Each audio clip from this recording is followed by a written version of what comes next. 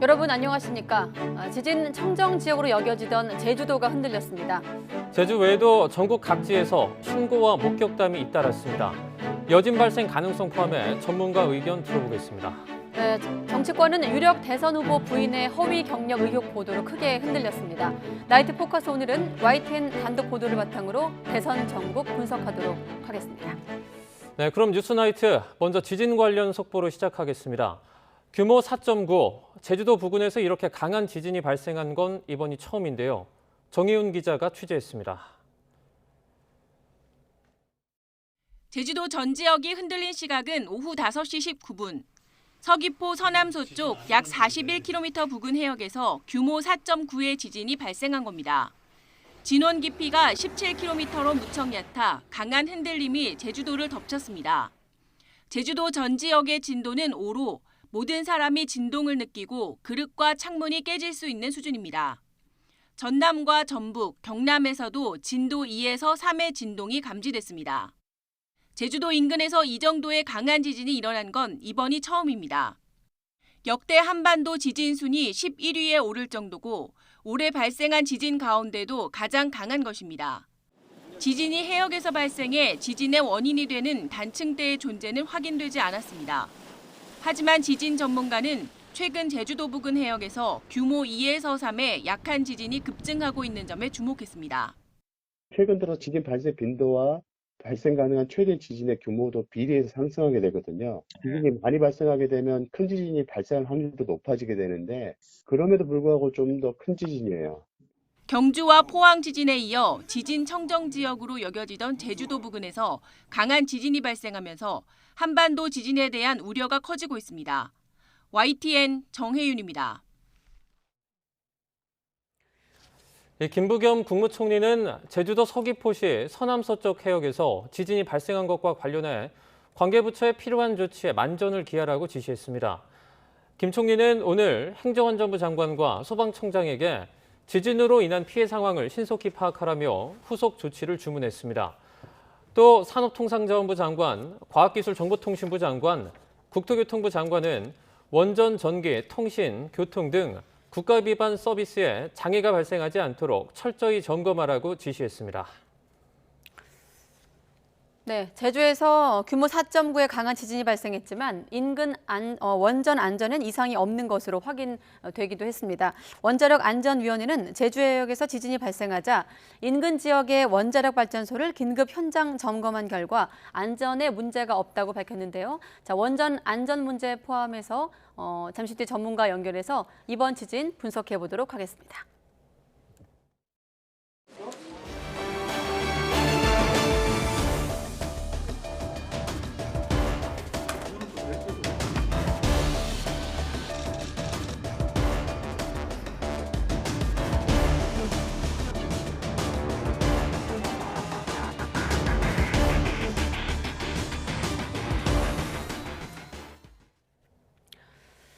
네, 코로나19 연일 역대 최다라는 말이 이어지고 있습니다. 하루 사망자가 100명에 육박했고 위중증 환자도 처음으로 900명을 넘었습니다.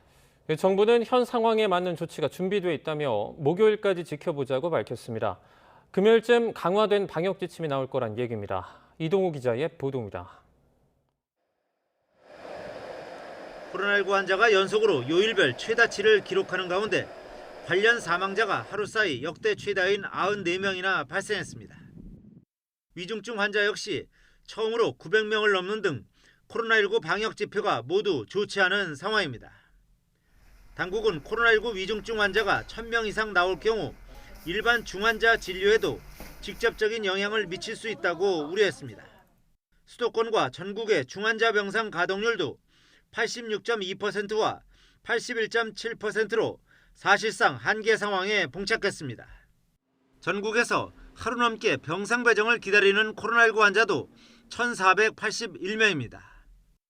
재택이나 혹은 병상 대기 중에 악화되신 분들이 갈 수 있는 병상이 마땅치 않다는 것은 전체적으로 중증화율이 높아지게 되고 중환자실에 가시더라도 중증이 너무 심해서 사망하시는 분이 많이 생기고 수도권을 중심으로 병상이 사실상 포화 상태에서 사망자와 위중증 환자가 치솟자 정부도 특단의 대책을 서두르고 있습니다.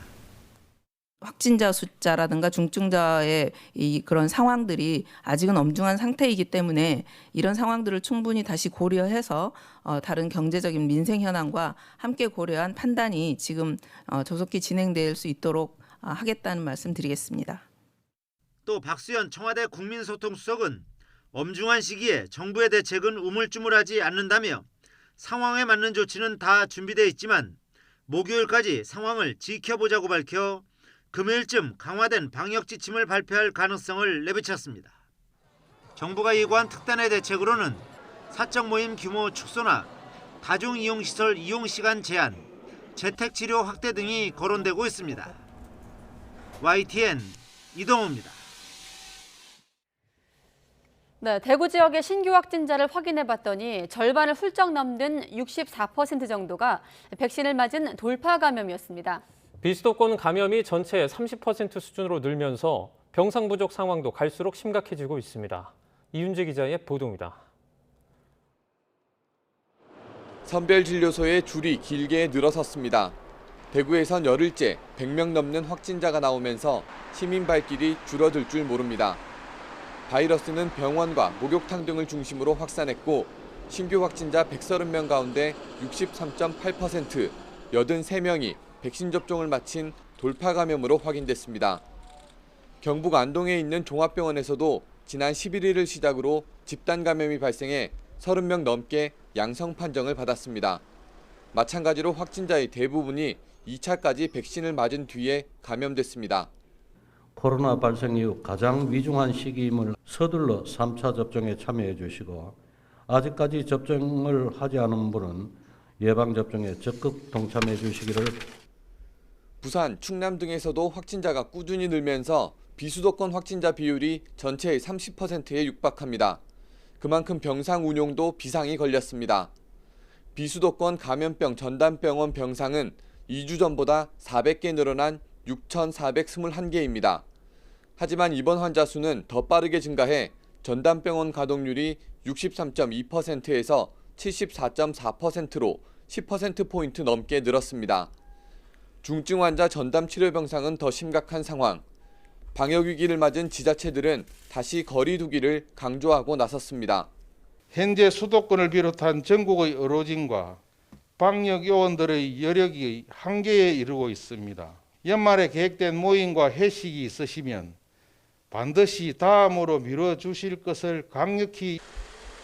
정부가 다시 방역 강화 카드를 고민하는 사이 돌파 감염은 반복하고 벼랑 끝에 내몰린 의료 현장은 불안함에 떨고 있습니다. YTN 이윤재입니다. 네, 확진자가 폭증하면서 의료 체계가 붕괴 직전에 다다랐다는 경고도 잇따르고 있습니다. 일반 확진자는 물론이고 요양원의 고령층 환자들조차 병상 배정이 늦어질 정도입니다. 간호사 1명당 환자 수를 법으로 정하자는 요구도 나오고 있는데요. 홍민기 기자가 취재했습니다. 지난달 20일 집단 감염이 일어난 서울 관악구의 한 요양원입니다. 종사자 1명이 처음 확진된 뒤 일주일 만에 고령층 환자 12명이 감염됐습니다. 그러나 코로나19 중환자실 병상 확보가 늦어지면서 일주일 동안 이송된 환자는 3명에 불과했습니다.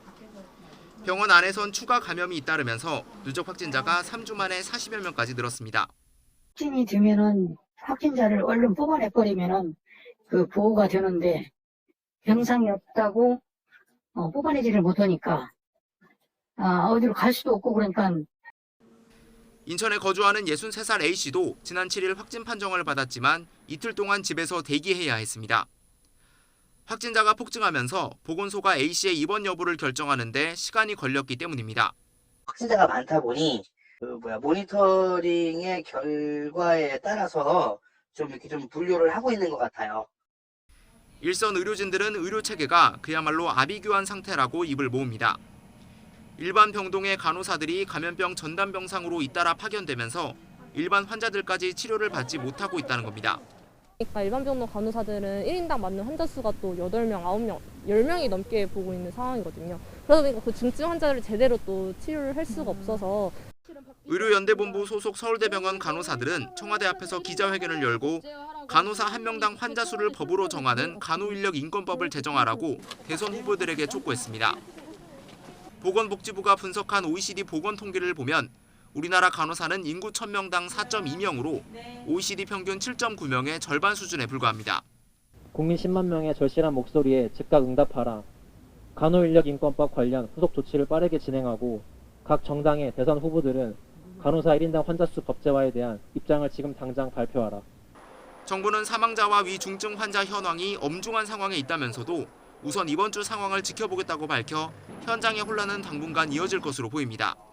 YTN 홍민기입니다. 네, 국내에서 오미크론 변이에 감염이 된 사람이 5명이 늘어서 누적 119명이 됐습니다. 신규 확진자 5명 가운데 2명은 각각 남아프리카 공화국과 나이지리아에서 입국한 해외 유입 사례고 3명은 이란에서 전복으로 입국한 외국인 유학생 관련 국내 감염 사례입니다. 방대보는 오미크론 감염 의심 환자도 인천교회 관련된 3명, 전복 관련 4명 등 7명이 추가돼 29명에 대해서 오미크론 감염 여부를 검사하고 있다고 밝혔습니다. 네, 그리고 방역 패스 의무 시행 첫날인 어제부터 시스템 오류 문제가 발생을 했죠.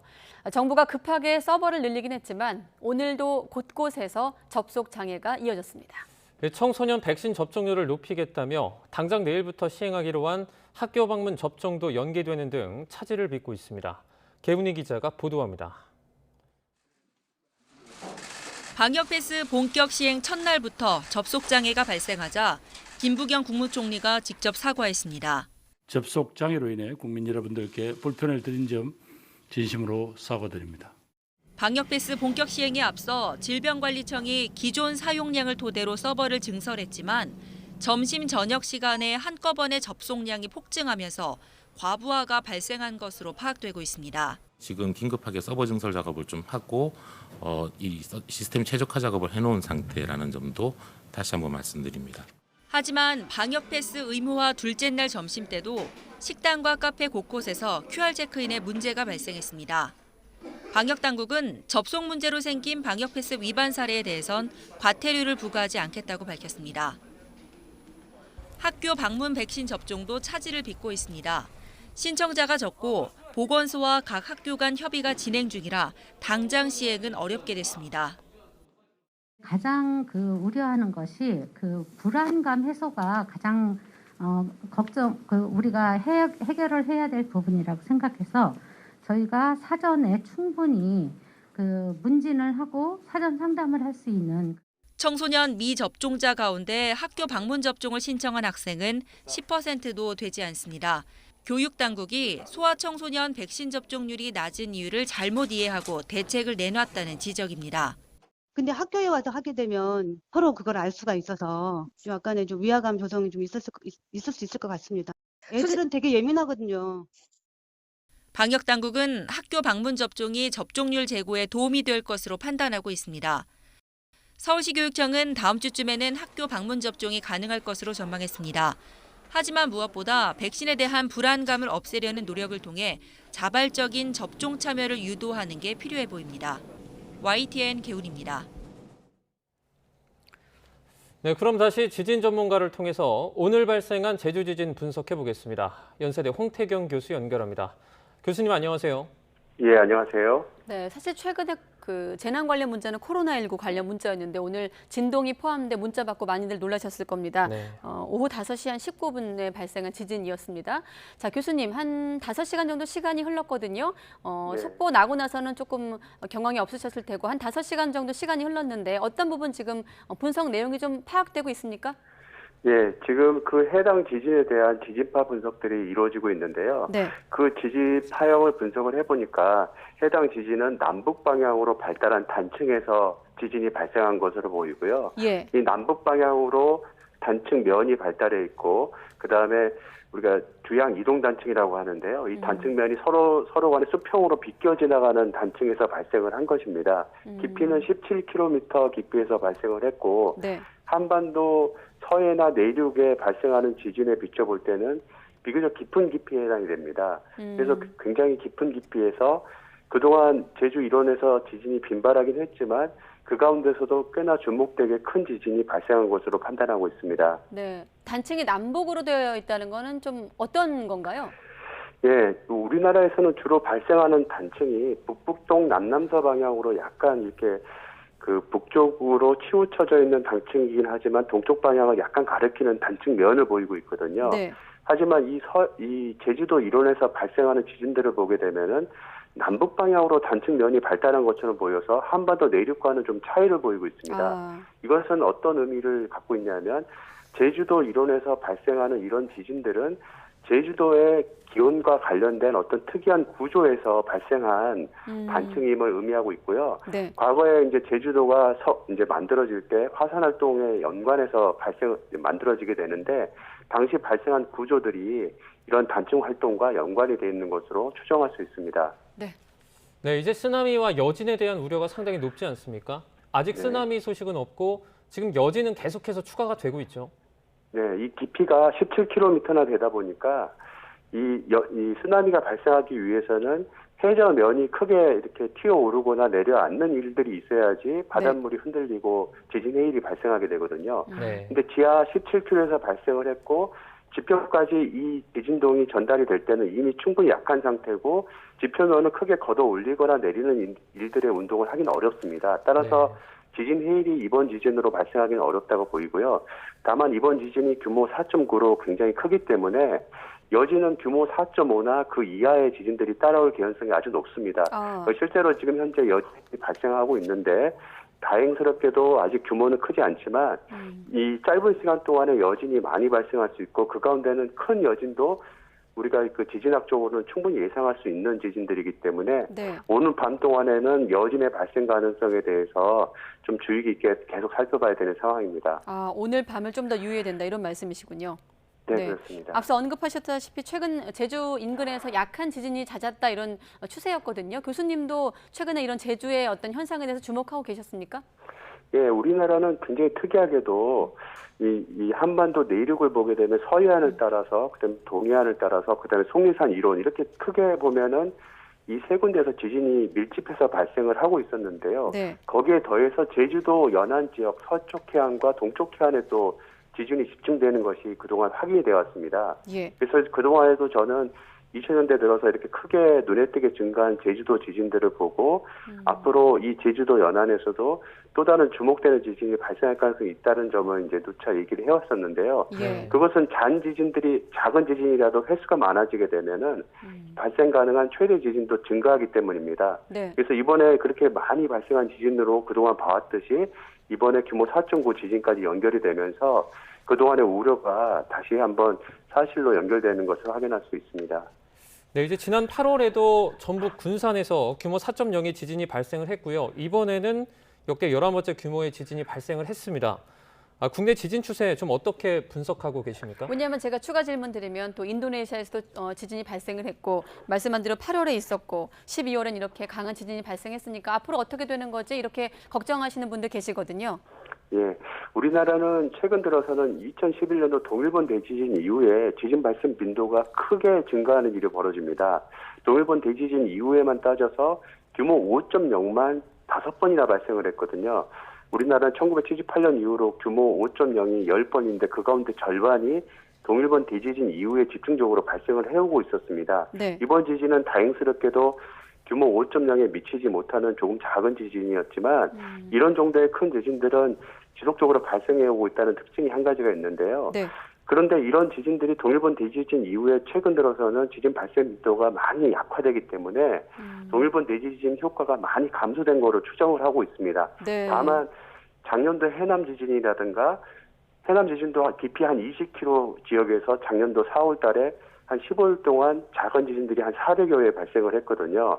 근데 이번 지진도 깊이가 17km로서 한반도에서는 잘 발생하지 않는 깊이에서 발생한 것으로 봐서는 이번 지진 역시 동일본 지진의 여파가 아직 남아서 이 지각 하부에서 풀리고 있는 현상이 연동한 것이다라고 생각을 할 수 있습니다. 동일본 지진의 여파다.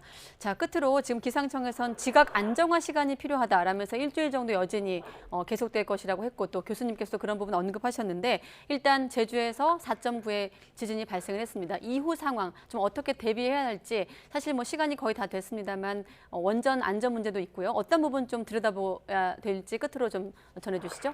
예, 지진이라는 것은 우리가 최근에 봐왔다시피 언제 어느 때 큰 지진이 나더라도 사실은 대비하는 데 시간이 충분치 않은 상황입니다.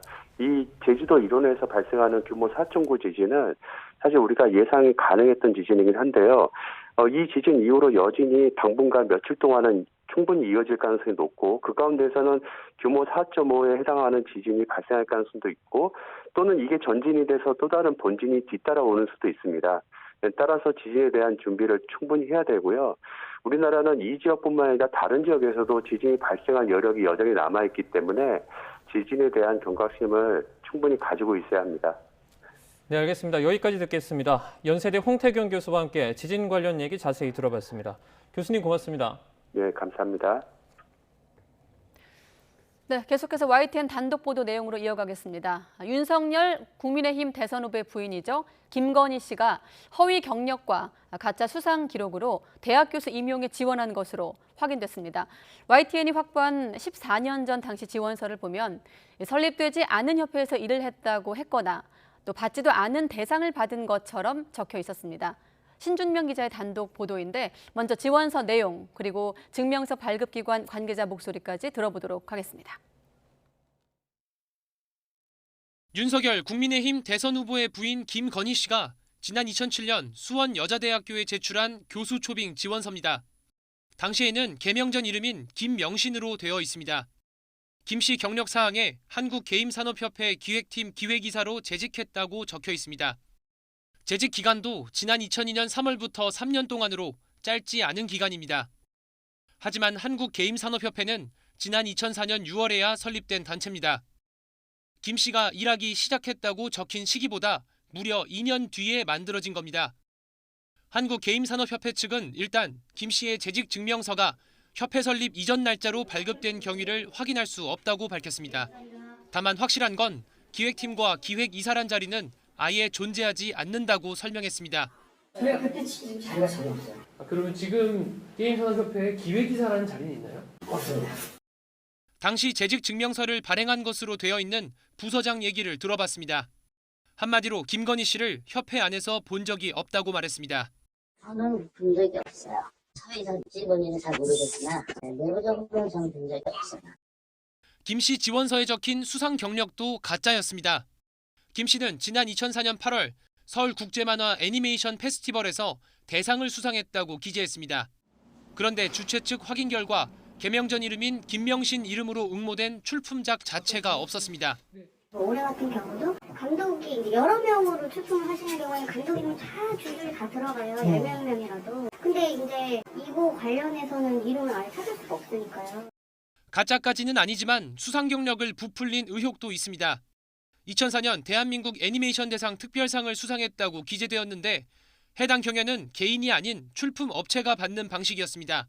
당시 출품업체 대표는 김 씨가 회사 이사로 재직한 건 맞지만 출품작 제작을 마친 뒤에야 들어왔기 때문에 제작 과정에서 김 씨의 역할은 거의 없었다고 말합니다. 4년도 12월 달 상은 애매하다. 또 직접적으로 참여했던 건 아니고, 그죠? 아닌데 이제 회사가 어쨌든 그 경력을 갖고 있는 거니까요. 누가 악용을 했다거나 그런 거에서는 보시기에는 따지고 보면 이제 그런 면이 있을 수는 있지만은 2006년 수상 경력의 경우 김 씨가 구체적인 자신의 역할을 설명하지 않고 혼자 수상한 것처럼 지원서에 기재한 것은 쉽게 이해가 되지 않는다는 게 업체 대표의 반응입니다. 어디까지 했냐 이거는 좀 어려운 역할이죠. 저는 사실은 뭐 감독하고 시나리오 썼지만은 오늘 제작 중이라고 얘기는 할 수 없거든요. 그렇게 얘기도 안 하고. 김 씨는 이 지원서로 수원여자대학교 광고영상과에 겸임 교수로 채용돼 지난 2007년 3월부터 이듬해 2월까지 근무했습니다. YTN 신준명입니다. 네, 취재진은 사실관계 확인 차원 그리고 당사자 해명을 듣기 위해서 여러 번 전화를 요청했고 결국 30분 동안 단독 인터뷰를 진행을 했습니다. 김 씨는 허위 경력에 대해서는 기억이 안 난다는 답을, 또 가짜 수상 기록에 대해서는 돋보이려고 한 욕심이라고 답을 했습니다. 계속해서 신준명 기자입니다. YTN 취재진은 먼저 김건희 씨에게 2004년에 설립된 한국게임산업협회에서 2002년부터 기획이사로 일했다고 교수 지원서에 적은 경위를 직접 물어봤습니다. 이에 김건희 씨는 믿거나 말거나 기억이 나지 않는다며 정확한 경위를 확인하고 있다는 말을 반복했습니다. 이러면서 당시 근무 기간을 잘못 기재하는 착오가 있을 수는 있지만 재직 증명서를 위조한 건 아니라고 강조했습니다. 실제 기획이사로 재직한 게 맞느냐는 질문을 다시 하자 김 씨는 게임산업협회와 같은 건물에 있으면서 협회 관계자들과 친하게 지냈고 이들을 자신이 몸담았던 학교 특강에 부르기도 했다는 말로 답변을 대신했습니다. 다만 협회에서 월급을 받지는 않았다고 덧붙였습니다. 이번에는 김 씨가 교수 초빙 지원서에 가짜로 적은 수상 경력에 대해 물어봤습니다. 특히 수상 경력 3건 가운데 2004년 서울국제만화 애니메이션 페스티벌 대상 경력에 대해선 돋보이려고 한 욕심이었고 그것도 죄라면 죄라며 가짜 수상 경력을 인정했습니다. 수상 경력 3건 가운데 부풀리기 의혹이 있었던 2건에 대해서는 회사 직원들과 같이 작업했기 때문에 경력에 넣은 것이라고 자신 있게 답했습니다. 김 씨는 겸임 교수 임용 당시 수상 경력 자체를 대체로 대수롭지 않게 받아들이는 분위기였습니다. 김 씨는 인터뷰에서 수상 경력을 학교 진학을 위해 쓴 것도 아닌데 무슨 문제냐고 강변했습니다. 그러면서 자신은 공무원, 공인도 아니고 당시엔 윤석열 후보와 결혼한 상태도 아니었는데 이렇게까지 검증을 받아야 하느냐고 취재진에게 여러 차례 반문했습니다. 김 씨는 자신의 채용으로 누군가는 피해를 봤을 수 있다는 지적에 대해선 자신이 채용되었다고 해서 누군가 채용되지 못하는 일은 없었을 것이라고 주장했습니다. 자신은 공채가 아니라 누군가의 소개를 받아 지원했기 때문이라는 점을 이유로 들었습니다. 김 씨는 30분 동안 진행된 인터뷰 내내 자신의 경력은 그냥 간단하게 쓴 것이란 점을 여러 번 강조했습니다. 허위 경력과 관련된 사문서 위조죄의 경우 5년 이하 징역 또는 1,000만 원 이하의 벌금형에 처할 수 있습니다. 다만 공소시효는 7년입니다. YTN 신준명입니다. 네, 김건희 씨 입장까지 쭉 들으셨는데 이번 YTN 보도 이후 정치권은 종일 술렁였습니다. 김 씨의 배우자이자 대선 후보인 국민의힘 윤석열 후보는 전체적으로 허위가 아니라고 주장했습니다. 반면에 민주당과 정의당, 김건희 씨를 감싸지 말라며 윤 후보가 직접 거짓을 사과하고 해명해야 한다고 압박했습니다. 황혜경 기자가 보도합니다. 윤석열 후보는 배우자 김건희 씨의 허위 경력 의혹을 적극 반박했습니다. 비상근이었지만 김 씨가 게임산업협회 초기 기획이사로 일한 건 사실이고 정당하게 재직증명서를 발급받았다는 겁니다. 수상 경력 역시 작품 출품에 깊이 관여했기 때문에 별 문제가 없다고 주장했습니다. 부분적으로는 모르겠습니다만 전체적으로 허위 경력은 아니고 그리고 그 수상이라고 하는 것이 완전히 날조된 것이 아니라 그 회사의 운영 과정과 그 작품의 출품에 깊이 관여를 했습니다. 부사장으로서. 국민의힘에서는 김 씨가 재직 기간을 기재하는 데 일부 착오가 있었다면서도 결혼하기 전의 일까지 후보가 책임질 일은 아니라며 파장이 확대되는 걸 경계했습니다. 후보가 공직자로서 예를 들어 부인의 그런 어떤 처신에 대해 가지고 결혼 이후에도 제지하지 못했다거나 이랬을 땐 다소 비난의 가능성이 있겠지만은 그 전의 일에 대해서 후보에게 책임을 묻는 것은 과하다 이런 생각이 들고요. 민주당은 착오를 인정하고도 사과하지 않는다며 윤 후보와 배우자를 모두 몰아세우고 대통령 후보의 자격까지 거론했습니다. 자신을 돋보이기 위해서 이력을 거짓으로 채워넣는 사람을 국민께서 어떻게 신뢰할 수 있겠습니까? 윤 후보도 더 이상 변명으로 빠져나갈 수 있는 일이 아니며 정의당도 윤 후보가 김 씨를 감싸는 건 내로남불이라며 협공에 나섰습니다. 평소 민주당의 내로남불을 강하게 비판하며 말끝마다 공정의 가치를 주장해온 국민의힘 이준석 대표와 윤석열 후보는 이러한 김건희 씨의 허위 수상 경력 기재 지원서를 통한 교수 임용 문제에 정확한 입장을 밝히십시오. 김건희 씨의 등판 시기를 저울질하던 시점에 터져나온 추가 의혹에 국민의힘은 곤혹스러운 분위기입니다. 지나친 관심이라 일축하고 있지만 김 씨와 게임산업협회 관계자들의 주장이 엇갈리는 상황에서 오래전 재직증명서를 발급받은 경위를 명쾌하게 설명하지 못하는 점도 여전히 부담으로 남아 있습니다. YTN 황혜경입니다. 네, 그런가 하면 윤석열 후보 본인, 또 부인, 그리고 장모를 일컫는 이른바 본부장 의혹에 대해서는 관훈클럽의 윤 후보 초청 토론회에서도 질문이 쏟아졌습니다. 윤 후보는 부인과 장모에 대한 검찰의 수사가 과잉이자 선거 개입이라며 적극 해명에 나섰습니다. 김승환 기자가 보도합니다. 윤석열 후보를 초청한 관훈클럽 토론회는 인사청문회를 방불케 했습니다.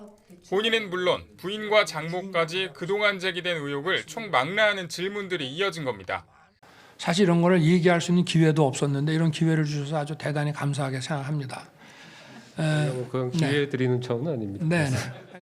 윤 후보는 고발 사주 의혹과 부산저축은행 부실 수사 논란을 일축하면서 검찰총장 시절 인사전횡을 했다는 지적 역시 조국 수사 이후 여권이 만든 얘기라고 반박했습니다. 오히려 당시 조국 민정수석이 검찰 인사에 관여했다면서 문재인 정부를 향해 다시 직격탄을 날렸습니다. 문재인 정권의 검찰개혁이 만약에 성공했더라면 제가 뭐 이렇게 대통령 후보가 됐겠습니까? 왜 자기들의 적폐는 청산을 안 하는 겁니까? 장모 재수사에 대해선 윤석열 후보 죽이기라는 데 동의한다며 과잉 수사라는 입장을 밝혔습니다. 부인 김건희 씨의 주가 조작 의혹 역시 공소시효 만료로 종료 처리하려던 것을 민주당이 반발해 막았다며 작심 비판했습니다. 민주당 의원들이 대거 찾아가가지고 아주 난리를 치는 바람에 처리를 안 하고 마치 무슨 의혹이 있는 것처럼 또 들고 있다고 하는데요. 저는 이거는 명백히 선거 개입이라고 생각합니다. 최저임금제와 주 52시간 근로제에 대해선 당연히 유지돼야 하고 후퇴하는 일은 없을 거라고 못 박으며 그동안 제기됐던 왜곡된 노동관 논란 종지부를 찍었습니다. 종부세에 대해서도 갈라치기 정책이라며 개선 의지를 거듭 밝혔습니다. 윤 후보는 예정된 토론 시간을 훌쩍 넘기면서 의혹은 물론 각종 논란을 빚었던 정책까지 적극적으로 해명했습니다. 대선이 가까우면서 쟁점을 피하기보다는 정면 돌파하겠다는 의지로 풀이됩니다. YTN 김승환입니다. 네, 그리고 윤석열 후보의 부인 김건희 씨가 얼굴을 가리고 황급히 자리를 뜨는 영상이 공개된 것과 관련해 더불어민주당이 비난 입장을 밝혔습니다. 민주당 우원식 의원은 SNS 메시지를 통해 대통령 후보 배우자가 국민 앞에 얼굴을 가리다니 정말 참담하고 황당하다고 비판했습니다. 장경태 의원도 SNS에 글을 올려 영부인을 꿈꾼다면 카메라의 얼굴 정도는 당당히 드러낼 수 있어야 한다고 지적했습니다. 앞서 언론 매체 더 팩트는 김건희 씨가 취재진의 질문을 피하기 위해 옷가지로 얼굴을 가린 채 한 남성과 함께 현장을 빠져나가는 영상을 공개했습니다. 네, 민주당에선 양도세 문제를 놓고 갈등 조짐입니다. 다주택자 양도세 중과를 1년 더 유예시켜주자는 이재명 후보 제안에 대해서 민주당이 이달 임시국회에서 처리할 가능성을 내비치며 논의를 공식화했는데요. 하지만 효과나 정책 일관성을 놓고 내부에서, 안에서 이견이 나오고 있습니다. 당내 의견을 하나로 모은다 하더라도 이후 또 정부와의 논의 과정 역시 갈등이 예상되고 있습니다. 이번엔 조성호 기자입니다. 최근 민주당 이재명 후보는 다주택자 양도세 중과를 한시적으로 미루는 방안을 언급했습니다. 제가 낸 아이디어는 이걸 완화시켜주면 안 된다. 그러면 또 정권 교체 기다리면서 또 버틸 가능성이 있으니까 한 1년 정도로 이제 한시적으로만 유예를 하는데 주택매물 잠김 현상을 풀기 위해 지난해 7.10 대책 이후 지난 5월까지 10개월 유예한 중과세율 적용을 1년 더 늦추자는 겁니다. 민주당은 정책위원회 차원의 논의를 공식화했습니다. 박완주 정책위 의장은 기자간담회에서 양도세 중과 유예 방침과 관련해 이 후보의 제안은 빠른 입법화의 문제라며 12월 임시국회 처리도 배제하지 않고 있다고 말했습니다. 지난 6월 이후 집을 처분해 중과세율이 적용된 다주택자들의 형평성을 고려한 소급 적용 문제도 살펴야 할 과제로 언급했지만 검토하는 건 아니라고 해명했습니다. 하지만 추진 계획이 없다고 못 박은 정부 반대를 넘어서야 하는 데다 당내에서도 찬반이 엇갈립니다. 윤호중 원내대표부터 부정적인 뜻을 내비쳤습니다. 그래서 5월 말까지 계속 팔아라. 다주택에서 빠져나가시라. 이렇게 이야기를 했었는데 그 효과가 별로 없었다는 그런 검토 의견도 있어서. 강병원 최고위원도 라디오 인터뷰에서 양도세 중과 유예 시 정부 신뢰가 무너져 더 큰 혼란이 예상된다고 우려했습니다. 반면에 이 후보 선대위의 정책본부장인 윤호덕 의원은 1년 전 유예 당시에는 부동산 가격이 오르고 있었지만 지금은 다르다며 효과가 있을 거라고 내다봤습니다. 이런 가운데 대구 경북 순회 일정에 참석했던 당직자가 코로나19에 확진돼 PCR 검사를 받느라 일정을 미룬 이 후보는 긴급 성명을 내고 즉각적인 거리두기 강화와 소상공인 보상을 정부에 요청했습니다. 거리두기 강화 조치로 가장 큰 피해를 입게 될 소상공인 자영업자에 대한 선보상, 선지원을 시행해야 합니다. 국회와 정부 차원의 대책을 요청합니다. 민생 이슈를 선점하려는 이재명 후보의 정책 제안이 충분한 내부 조율 없이 쏟아져 나오면서 당내 당정 갈등의 불씨가 될 수 있다는 우려 섞인 관측도 나옵니다. YTN 조성호입니다. 도이치모터스 주가 조작 사건으로 구속 기소된 권오수 회장 측이 첫 재판에서 수사 단계와 마찬가지로 혐의를 부인했습니다. 주범의 재판이 시작됐지만 검찰은 연루 의혹이 불거진 김건희 씨의 조사 시점과 방식을 여전히 고심하고 있습니다. 나혜인 기자입니다. 회사 주가 조작을 주도한 혐의로 기소된 권오수 도이치모터스 회장의 재판이 구속 한 달 만에 시작됐습니다.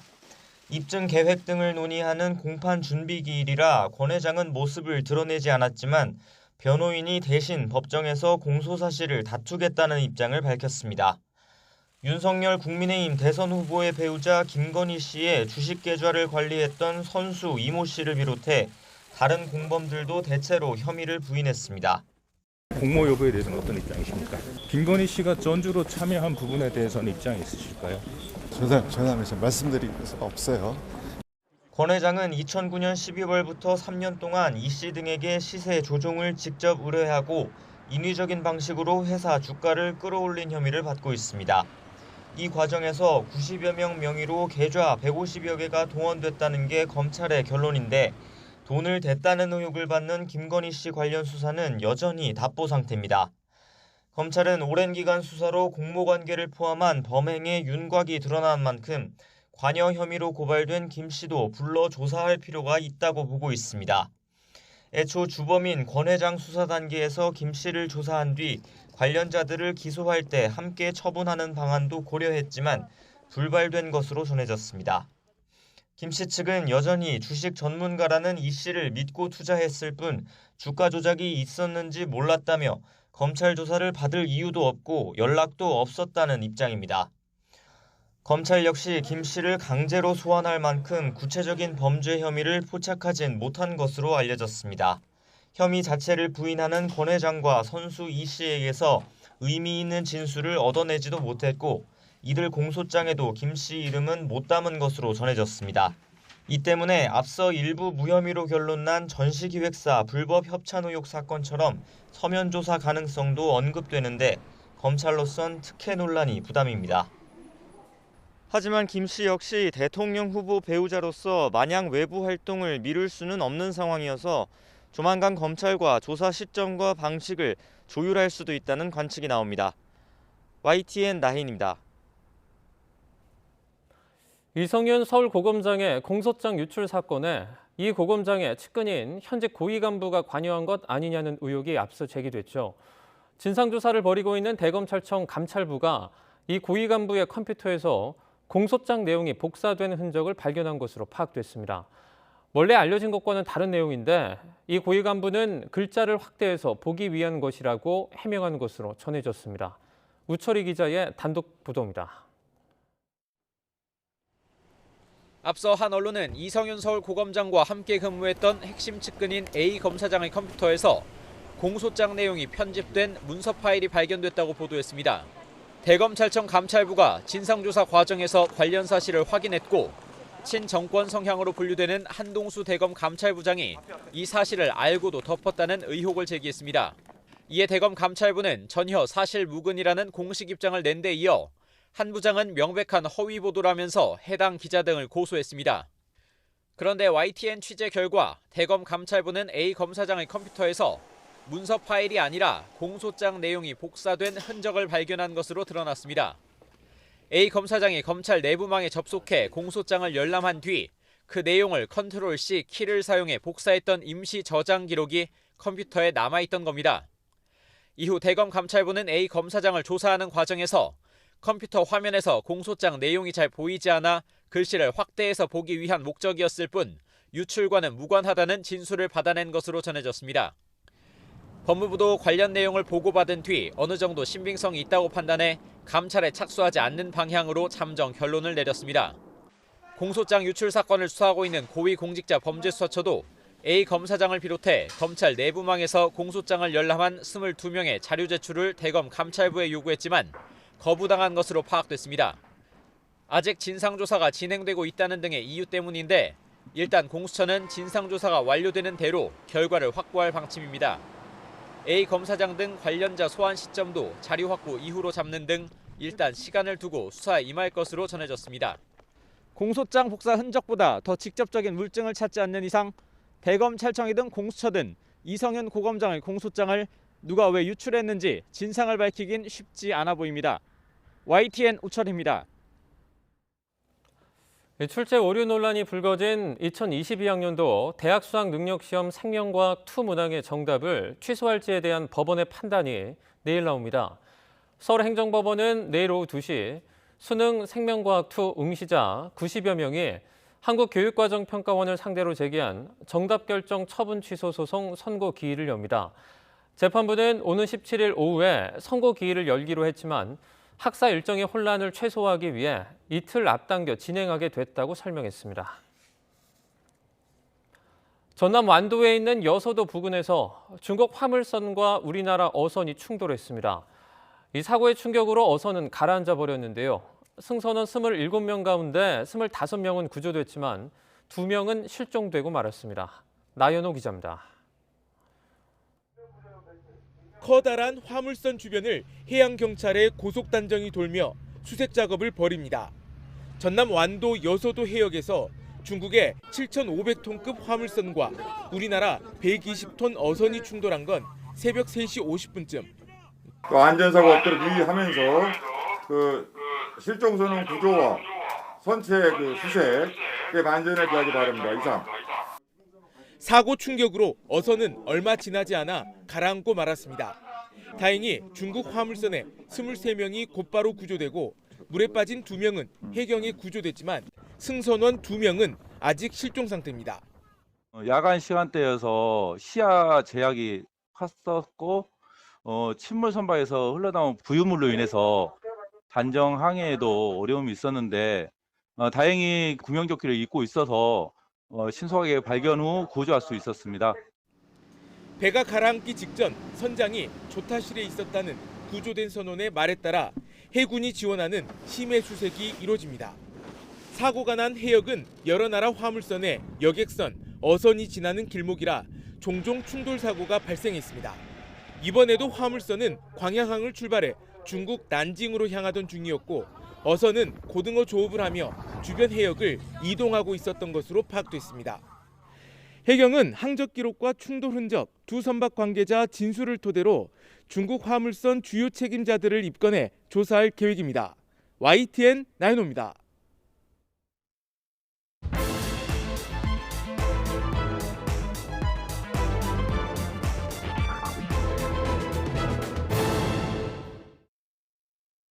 하지만 한국게임산업협회는 지난 2004년 6월에야 설립된 단체입니다. 김 씨가 일하기 시작했다고 적힌 시기보다 무려 2년 뒤에 만들어진 겁니다. 김 씨 지원서에 적힌 수상 경력도 가짜였습니다. 김 씨는 지난 2004년 8월 서울국제만화 애니메이션 페스티벌에서 대상을 수상했다고 기재했습니다.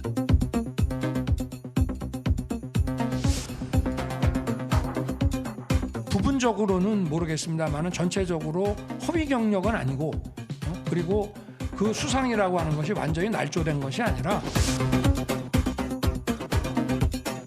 대부분의 거론된 사안들이 후보자와 배우자가 결혼하기 전에 이제 한참 전에 있었던 일로 보입니다. 그렇기 때문에 그걸 감안해서 바라보면 될 것 같습니다. 자신을 돋보이기 위해서 이력을 거짓으로 채워넣는 사람을 국민께서 어떻게 신뢰할 수 있겠습니까? 윤 후보도 더 이상 변명으로 빠져나갈 수 있는 일이 아니며 평소 민주당의 내로남불을 강하게 비판하며 말끝마다 공정의 가치를 주장해온 국민의힘 이준석 대표와 윤석열 후보는 이러한 김건희 씨의 허위 수상 경력 기재 지원서를 통한 교수 임용 문제에 정확한 입장을 밝히십시오.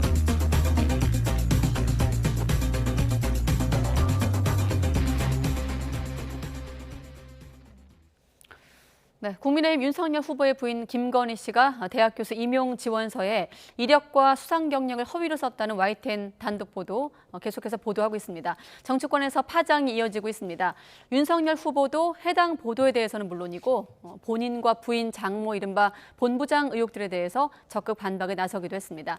민주당에선 이재명 후보가 제안한 다주택자 양도세 중과 유예 방안을 놓고 당내 이견이 불거지고 있습니다. 나이트 포커스 오늘은 김관욱 계명대 교수, 또 이기재 동국대 겸임 교수 두 분과 함께하겠습니다. 네, 안녕하십니까? 네, 안녕하세요. YTN 단독 보도가 있었고 또 마침 오늘 윤석열 후보 관훈 토론회도 열렸기 때문에 이 YTN 단독 보도 내용 포함해서 각종 어떤 집중된 질의에 해명을 하느라 이를테면 진땀을 좀 뺀 것으로 알고 있습니다. 자, 관훈 토론회 내용 세부적인 내용 다루기 전에 먼저 토론회 어떻게 좀 지켜보셨습니까? 그러니까 뭐 한 줄 평을 하라 그러면 답답함 지수가 급상승하는 뭐 이런 식으로 표현을 하고 싶어요. 그러니까 네. 지금 우리가 기대했던 것들은 윤석열 후보의 어떤 정책 비전이랄까, 뭐 기조랄까, 뭐 이런 어떤 5년 향후 5년이 어떤 세상이 열릴까, 뭐 이런 기대를 갖고서 저도 관훈 토론회를 봤는데 그 기대와는 무관하게 굉장히 답답함이 오히려 치솟는 그런 장면들이 굉장히 많았어요. 그러니까 질문에 대한 어떤 해명도 뭔가 계속 이 해명이라기보다는 변명으로 이렇게 일관되는 그런 장면들이 굉장히 많았습니다. 예컨대 이제 그 중에 하나가 인사를 어떻게 할 거냐, 검증 문제 뭐 이 얘기가 나오니까 네. 뭐 정보라든가 수사기관을 동원해서 하겠다. 뭐 이거는 어떻게 보면은 지금 우리가 국내 정치 개입을 이제 끊어내는 그런 어떤 단계에 있는 이미 이제 그런 조치를 했죠. 국정원을 다시 선거 개입, 정치 개입할 수 있다는 것으로도 해석 가능한 부분으로 이제 얘기가 된 거거든요. 네. 그것뿐만 아니라 뭐 여러 가족들의 의혹들이 지금 제기가 됐어요. 그러다 보니까 본인 뭐 물론이고 부인과 장모에 대한 어떤 의혹 제기에 대해서도 이건 선거 개입이다. 이게 어떻게 선거 개입이 되는지 이거 당연히 이제 검증된 하나의 과정인 것인데 이거를 본인은 이런 검증을 안 받겠다라고 얘기하는 것인지 전체적으로 그리고 최근에 이제 이렇게 이 고개를 이렇게 흔드는 부분들이 굉장히 줄어들었는데 오늘 관훈 토론회를 보니까 다시 그것이 굉장히 빠르게 이렇게 나타나는 그런 징후를 봤어요. 그래서 전체적으로 굉장히 답답하다 이렇게 평가하고 싶습니다. 답답하다라고 보셨고 교수님은요? 네, 저는 좀 그렇게 보지는 않았고요. 저는 이제 지켜보니까 사실 이게 관훈 토론이 그 오래된 정치인들도 그 자리에 가면 얼어붙는다게 할 정도로 사실 유서 깊은 토론회 아니겠습니까? 네. 그런 자리에 가서 사실 그 여러 가지 질문에 그것도 특히 또 YTN에서 그 이제 단독 보도를 했던 김건희 씨에 대한 질문을 포함해서 여러 질문에 가장 성실하게 응했고 2시간 20분 동안 진짜 모든 질문에 대해서 자신이 갖고 있는 생각 그리고 자신이 출마하면서 공정과 상식을 가진 자기 시대 정신에 대해서 충분히 설명을 했고 또 각종 의혹에 대해서도 성실하게 답변했다고 생각합니다. 답답하다, 성실하다 두 분의 반응이 엇갈리는 점이 처음부터 주목이 됐습니다. 자, 말씀하신 대로 YTN이 이제 김건희 씨 허위 경력 의혹을 보도를 했고 정치권 파장이 컸습니다. 사실 보도 내용은 저희가 신준명 기자 단독 보도 내용으로 계속 거듭해서 보도를 다각적으로 취재한 내용 알려드렸고, 자, 이번 보도 이후 정치권의 파장 그리고 사실 이번 인터뷰를 통해서 김건희 씨가 공개적으로 자신의 입장을 밝힌 점도 주목되지 않습니까? 하나하나 좀 풀어내도록 하겠습니다. 자, 이번 YTN 단독 보도 김건희 씨 해명이 돋보이려고 한 욕심이다라고 밝히면서 이제 입장이 나왔거든요. 어떻게 좀 이번 보도 보셨습니까? 사람들이 욕심은 다 많죠. 있죠. 하지만 그렇다 그래가지고 이렇게 허위 경력을 조작하지 않습니다. 그래서 이것이 범법이냐 아니냐를 떠나서 일종의 이제 자기 부정 행위거든요. 그러니까 자기가 없었던 거를 이제 만들어내가지고 만약에 이것이 사실이라고 한다 그러면 예. 이거는 일종의 이제 우리가 생각하는 법과는 또 다른 어떤 인성의 문제라는 것이 있습니다. 그리고 특히나 이제 대선 후보의 부인의 입장이 된다 그러면 그 많은 사람들이 존경에 맞이하고 좀 뭐 모범이 돼야 되는 그런 부분이기 때문에 이런 것들이 사실이라고 한다 그러면 조금 사회적으로 받아들여지기 어렵지 않나. 그리고 대통령 후보를 검증하는 거는 아주 자연스러운 부분이에요. 그러니까 사실은 우리가 역사적으로 본다면 후보 부인을 이렇게 검증한 사례는 별로 없습니다. 그런데 이제 그런 얘기들이 하도 많이 나오다 보니까 의혹, 그리고 이거는 뭐 주가 조작 사건이라든가 이런 범법행위당도 연관이 돼 있는 의혹들이 있어요. 이런 네. 사생활 말고도. 그러다 보니까 여러 의혹들이 같이 물려 있어서 이거를 우리가 그냥 지나갈 수 없는 상황인데 이것을 검증을 내가 왜 받느냐, 욕심이 있어서 그런 것이다. 뭐 이렇게 그냥 퉁치고 갈 수 있는 그런 대목은 아닌 거 아닌가 이렇게 생각합니다. 자, 그럼 김건희 씨 이제 입장을 저희가 보여드렸고, 윤석열 후보 이번 YTN 보도에 대한 입장을 앞서 밝혔거든요. 한번 윤 후보 얘기 듣고 또 이 교수님 얘기 듣도록 하겠습니다. 검증 결과 표절이 사실로 나타나게 될 경우에는 그게 학문적으로 만약에 표절이고 학문적으로 이 학위로 인정하기 곤란하다 그러면은 당연히 취소되고 그 취소 전에 반납을 해야 되겠죠. 네, 그건 뭐 상식 아니겠습니까? 그 수상 경력이라고 하는 건 그 회사의 운영 과정과 그 작품의 출품에 깊이 관여를 했습니다. 부사장으로서 실제로 그 이사의 직함을 가지고 게임산업연합회 일을 상당 기간 도왔고, 그리고 그 수원여대인지 뭐 폴리테크 대학인지에 겸임교수 신청을 낼 때 그 재직증명서는 정당하게 발급받아서 낸 겁니다. 자, 마지막 끝자락에 재직증명서는 정당하게 발급받아서 낸 부분, 이 대목과 지금 김건희 씨 해명이 좀 엇갈리는 부분도 있고, 이제 큰 틀에서 보면 이번 의혹이 재직 경력을 이제 허위로 낸 것, 그다음에 수상 경력은 허위이거나 일부 부풀린 의혹 아니겠습니까? 여기에 대한 이제 윤 후보의 입장인데 어떻습니까? 이번 해명 과정 지켜보시면서. 조금 더 뭐 지금 윤석열 후보도 이제 오늘 이제 보도가 나간 이후에 이제 캠프에서 여러 가지 알아보고 있는 것으로 보여지고, 그리고 네. 또 민주당에서도 내일 뭐 또 추가 폭로 기자회견을 뭐 안민석 의원을 중심으로 한다고 하고, 그에 따라서 아무래도 윤석열 후보 캠프에서는 이 상황에 대한 팩트 체크를 통해서 아마도 추가적인 해명이 있을 거라고 저는 생각을 합니다. 어쨌든 간에 지금 뭐 의혹이 제기된 부분은 이제 두 가지 아니겠습니까? 수원여대에 이제 겸임 교수로 이제 들어갈 때 네. 이제 냈던 이 이력서에서 재직 관련해서 이제 한국 게임 산업 협회에 예. 이제 사실 이제 경력을 이제 기획이사라고 썼던 그 경력이 사실과 다르다라는 거 하나 하고, 그 다음에 수상 경력에서 본인이 직접 그러니까 참여하지 않았던 부분에 대한 수상이 들어가 있다, 이런 부분일 텐데, 저는 그거에 대해서 일단 윤석열 후보도 얘기했지만 예를 들어서 수상 같은 경우에는 본인이 이제 개인상이 아니라 회사의 이제 부사장으로 재직을 했었기 때문에 그거와 관련해서 그 업적을 이제 내세운 차원에서 한 것 같고, 그리고 게임 산업 이제 협회와 관련해서는 실제로 재직 증명서를 발급받았기 때문에 그때 뭐 재직 증명서를 확인하면 사실관계는 이제 증명이 될 것이다, 이런 차원으로 얘기를 했는데, 네. 그에 대해서는 이제 구체적으로 아무래도 이제 수원여대 혹은 이제 그 게임산업협회, 그다음에 이제 관련돼 있는 회사들에서 여러 가지 뭐 증거라든가 증인들이 나오면서 사실관계는 좀 추가적으로 밝혀져야 이 문제가 국민들이 납득할 수 있는 수준으로 드러나지 않을까, 이렇게 생각합니다. 자, 그럼 이번 보도와 관련해서 이제 민주당과 이제 국민의힘 입장을 한번 들어보도록 하겠습니다. 민주당 역시나 김건희 씨 해명을 놓고 맹공에 나섰고, 국민의힘은 결혼 전 일이다라고 선을 긋고 있습니다. 들어보시죠. 변명도 재밌습니다. 같은 건물에 있어서 친하게 지냈다.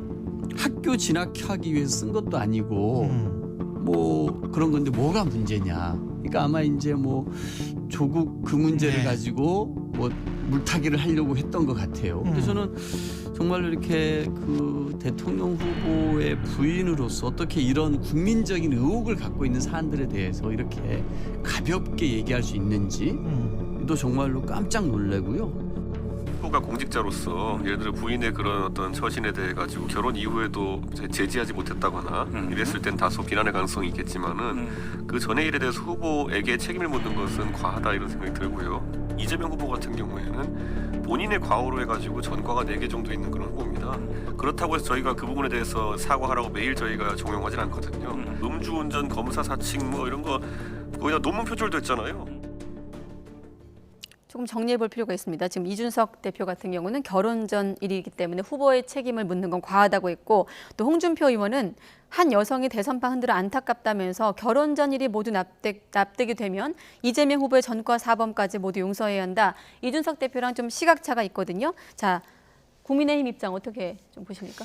이해가 좀 안 되고요. 사실관계하고도 틀립니다. 그러니까 지금 모든 것이 결혼 전이라고 얘기를 하는데 지금 국민대 겸임교수 지원하는 거는 2014년이에요. 결혼 이후입니다. 이때도 서울대 경영전문대학원 경영전문 석사예요. 이거는 보통 이제 나중에 이제 이렇게 공부를 더 이어가시는 분들이 이제 취득하는 그런 학위거든요. 네. 그런데 뭐라고 거기 써 있냐면 서울대 경영학과 석사라고 되어 있습니다. 그러니까 지금 여기에서 문제는 뭐냐면 5개 대학에 이제 경력 지원서를 이제 하는데 허위 경력이 반복적으로 나타나요. 그러니까 이거는 습관성이라는 거죠. 그러니까 이게 뭐 우리가 이제 결혼 전이다, 결혼 후다 딱 끊어가지고 사람이 완전히 달라집니까? 이것이 반복적으로 나타난다는 것이 굉장히 무서운 것이고, 이것이 우리가 생각할 때 하나의 변명이 결혼으로 전후로 해서 그게 가능할 수 있는 것인지라고 저는 묻고 싶고요. 특히나 이제 이 게임 관련된 협회 기획이사죠. 이게 재직증명서인데 이거는 우리가 이제 조국 전 장관 얘기를 안 할 수가 없어요. 그때 인턴 확인증을 위조했다 그러는데 이게 제 생각으로는 위조의 가능성이 매우 높아요. 왜냐하면 이 협회가 만들어진 것이 2004년에 만들어집니다. 그런데 근무했다는 기간이 2002년부터 2004년이에요. 그러면 사실상 그 기간 동안에 없었던 것을 만든 거거든요. 그러니까 있을 수가 없는 기간의 것에 이 재직증명서가 나온다는 것이 이게 가능한 것인지, 그리고 이제 윤석열 후보가 오늘 관훈 토론회에서 얘기하는 부분 중에 뭐라고 얘기를 하냐면 전체적으로 허위가 아니다. 뭐 이렇게 얘기를 해요. 부분은 몰라도 전체가 허위가 아니다. 그렇죠. 네. 이렇게 관대했나요? 이렇게 두리뭉실 수사했나요? 조국 전 장관에 대해서 이렇게 했나요? 그러니까 조국 전 장관 얘기를 계속 하게 되는 이유가 이런 겁니다. 그러니까 뭐 예컨대 그 미국에 있는 학교에 관련해 가지고 무슨 시험을 도운 일이 있어요. 그러면 이것이 이제 지금 김건희 씨 얘기로는 이게 무슨 뭐 경쟁을 하고 누구를 떨어뜨리고 입시 뭐 이것과 관련된, 그것도 입시 관련된 건 아니에요. 네. 그런데 뭐라고 했냐면 그거 업무방해로 기소했어요. 그러니까 이런 부분이라고 한다 그러면 지금 여러 대학교에 업무방해를 한 것이 됩니다. 그러면 윤 후보 같은 경우는 계속적으로 반복적으로 얘기했던 게 뭐냐면 내 사전에 내로남불은 없다였어요. 그러면 지금 이 상황을 조국 전 장관에 그대로 대비한다면 지금 수사를 자청을 해야 됩니다. 업무방해로 여러 개 이 학교에 이 지원을 할 때 허위가 이제 사실이 아닌 것을 제출했기 때문에 네. 업무방해가 된 것이 확실시 될 수 있거든요. 그러니까 이제 그런 것들을 스스로가 노력한다 그러면 국민들이 보겠지만 지금 이런 식으로 뭐 전체적으로 허위가 아니다. 그거는 뭐 어떻게 봐도 내로남불의 성격이 강하다라고 얘기할 수밖에 없죠. 네, 앞서 김의겸 의원이 조국 딸도 공인 아니었다라고 한 대목은 이제 김건희 씨가 이번 해명 과정에서 공인도 아닌데 왜 이렇게까지 검증받나라는 어떤 입장에 빗대서 한 말인데, 뭐 김의겸 의원 포함해서 여당 쪽에선 지금 윤 후보 우리 김 씨를 저격하고 있습니다. 강병원 최고위원도 어물쩍 넘어가려고 한 다음에 이제 비판을 했는데, 앞서 저희가 제목으로 김건희 리스크 현실화라고 물음표를 달았거든요. 현실화 될까요? 어떻게 보십니까? 그렇죠. 뭐 오늘 그 YTN 보도를 통해서 뭐 오늘 하루 정가는 발칵 뒤집혔다고 봐야 될 것 같고요. 예. 그리고 이게 이제 추가적인 이제 소명과 이제 해명들 과정 속에서 더 확산되거나 혹은 어느 정도 이제 정리될 가닥이 잡힐 텐데, 좀 전에 이제 교수님 말씀하셨던 어떤 재직증명서와 관련해서도 그런 거죠. 예를 들어서 재직증명서에 2002년이라고 돼 있었던 거는 제가 추정하기로는 아마도 이게 한국 게임산업협회가 만들어지기 전에 게임산업연합회라는 조직으로 활동을 하다가 2002년부터 이제 사단법인을 이제 2004년에 이제 한 것 같습니다. 그러다 보니까 김건희 씨는 2002년도에 그 이 단체가 만들어지기 전부터 이거에 관여해서 비상임으로 이제 여러 가지 이제 지원 업무를 해준 것으로 생각해서 이제 그렇게 경력을 쓴 것 같고, 그래서 이게 뭐 사실이라면 당시에 어느 그 현재 거기 국장이라고 하시는 분은 뭐 본 적도 없다고 얘기를 하지만 당시 직원들이나 그때 이사로 참여했던 분들 중에 누군가는 그때 김건희 씨와의 그 관계를 증명해 줘야 될 거 아니겠습니까? 이런 차원에서 해명이 돼야 된다. 그리고 이런 게 해명되어지는 절차를 통해서 이게 정상적으로 국민들이 납득하는 수준 내에서의 범위라고 한다면 큰 파장은 없을 것이고, 근데 그게 아니라 이게 전부 다 뭐 위조고, 뭐 윤석열 후보가 얘기하시듯이 전체적으로는 뭐 그렇게 과한 건 아니다라고 할 수 있는 수준인지가 판정될 것이라고 생각합니다. 네, 알겠습니다. 자, 뭐 말씀하신 대로 윤석열 캠프 쪽에서도 또 사실관계 확인 절차에 들어갔다고 하셨고, 또 YTN 같은 경우도 후속 보도를 통해서 또 추가 검증이 있다고 하니까 또 추후 상황을 좀 지켜보기로 하고, 뭐 안 그래도 최근에 뭐 여러 번 언급했다시피 지금 윤석열 후보의 부인 김건희 씨가 언제 공개석상에 등장할 것인가라는 어떤 관심이 높은 상황에서 YTN 단독 인터뷰 보도가 나갔고, 또 다른 언론을 통해서는 이른바 줄리 의혹, 유흥업소 종사 의혹에 대해서 또 반박하는, 해명하는 또 인터뷰도 했고, 또 다른 언론에서는 또 이렇게 실제로 얼굴이 찍힌 영상이 좀 공개되면서 뭐 민주당 쪽에서는 참담하다 이런 반응이 나오기도 했거든요. 최근에 이런 어떤 인터뷰 과정, 언론을 통한 어떤 접촉면을 볼 때 김건희 씨가 곧 공개석상에 나올 거다 이런 분석도 있는데 어떻게 보십니까?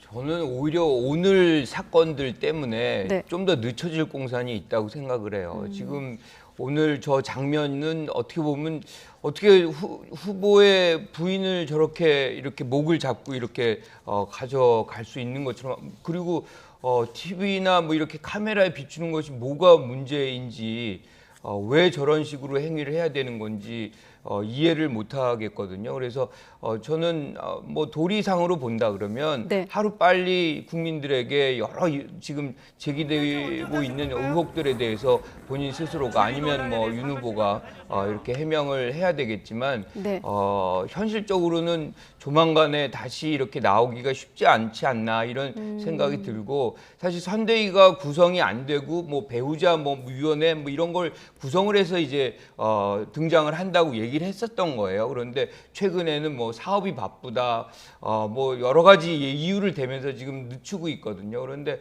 국민들의 답답함, 궁금함, 뭐 이게 더욱더 증폭이 되고 있고, 지금 역사적으로 봤을 때 이렇게 후보의 부인이 또는 배우자가 이렇게 늦게까지 이 출연을 안 하는, 등장을 안 하는 사례는 없었어요. 이거는 실질적으로도 국민들에 대한 도리는 결코 아니다. 뭐 이렇게 좀 말씀드리고 싶습니다. 저도 저 영상을 보면서 굉장히 참담함을 느낍니다. 근데 참담함을 이제 느끼는 이제 각도는 좀 다를 텐데, 우선 저는 후보의 배우자가 어차피 이제 그 등장 시기를 저울질하고 있는데, 언론에서 저렇게 무슨 범죄자 뭐 그 촬영하듯이 저런 식의 촬영을 해서 언론에 공개를 하는 것이 과연 맞느냐, 이게 우선 저는 그런 면에서 좀 참담함을 느끼고, 두 번째는 역시 대통령 후보의 부인께서 꼭 이런 촬영의 모습으로 등장을 국민들에게 해야 되느냐, 진작에 좀 정리해서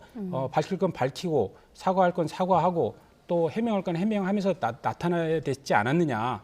그다음에 마지막으로 저기 지금 소행하시는 분인지 경호하시는지 모르겠지만 저는 어떻게 저렇게 후보의 부인을 그 수행할 수 있는지 저는 이해가 가지는 않습니다. 만약에 언론이 기습 촬영을 하더라도 당연히 후보 부인에게는 후보 부인이 당황했다 하더라도 당황하시지 말고 당당하게 들어갑시다라든가 이런 식의 조언을 해야지, 저런 식의 그 후보 부인을 저렇게 해갖고 방 안으로 이제 넣는 이런 모습은 정말 수행원으로서의 자질 자체가 없다.